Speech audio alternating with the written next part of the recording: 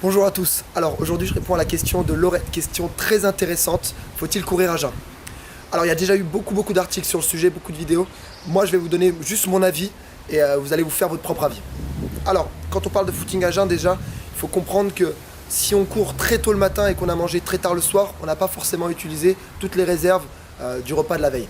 Donc il faudrait attendre, je sais pas, au moins 12 heures, le temps que le corps ait utilisé toute l'énergie du repas de la veille pour parler vraiment de footing à jeun. Et dans ce cas-là, le footing à jeun est-il efficace? Faut-il courir à jeun? Ça va dépendre de votre objectif. Si l'objectif c'est la perte de poids, alors là-dessus il y a deux opinions et je suis aussi partagé, je vais vous donner les deux arguments.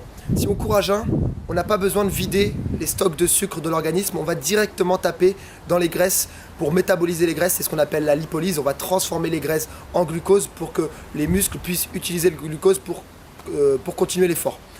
Donc si on court à jeun, normalement on irait directement chercher les graisses et logiquement on pourrait augmenter la perte de poids.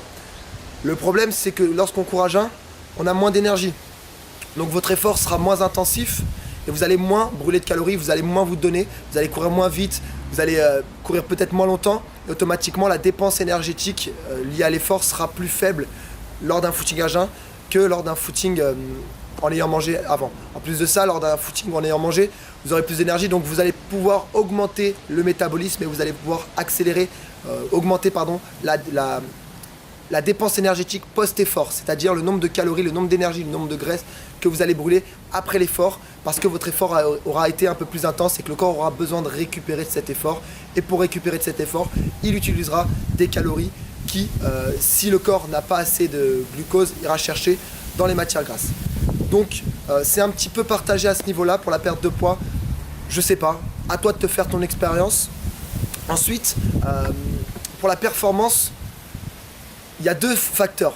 Il faut prendre en compte le fait que le footing à jeun te permettra, lors de tes courses où tu auras mangé, d'être plus performante parce qu'en t'entraînant à jeun, tu accélères le processus de lipolyse, c'est-à-dire l'utilisation des graisses, et automatiquement tu habitues ton corps à aller chercher dans ces graisses. Et lorsque tu courras en ayant mangé, lorsque je sais pas, tu feras un 10-20 km, et bah, tu seras moins sujette aux hypoglycémies parce que ton corps aura plus facilement accès au circuit de l'utilisation des graisses. Et automatiquement, tu tiendras sans doute plus longtemps. Donc le footing à jeun à prendre comme un outil pour progresser lors de ces courses où là vous aurez mangé avant. Et pour vous montrer à quel point mon avis n'est pas fixé sur la chose, il y a beaucoup de performances, notamment en Ironman, qui sont faites à jeun. L'organisme n'a pas besoin de digérer les aliments et donc a toute son énergie nécessaire disponible pour l'effort. Et automatiquement, courir à jeun permettrait donc d'être plus performant parce que vous n'avez pas besoin de digérer vos aliments et du coup vous récupérez cette énergie de la digestion pour l'effort. Donc à voir, à tester sur vous et faites-vous votre propre avis. Voilà, j'espère avoir répondu à ta question. Si ce n'est pas le cas, pose tes questions en commentaire et moi je vous dis à bientôt.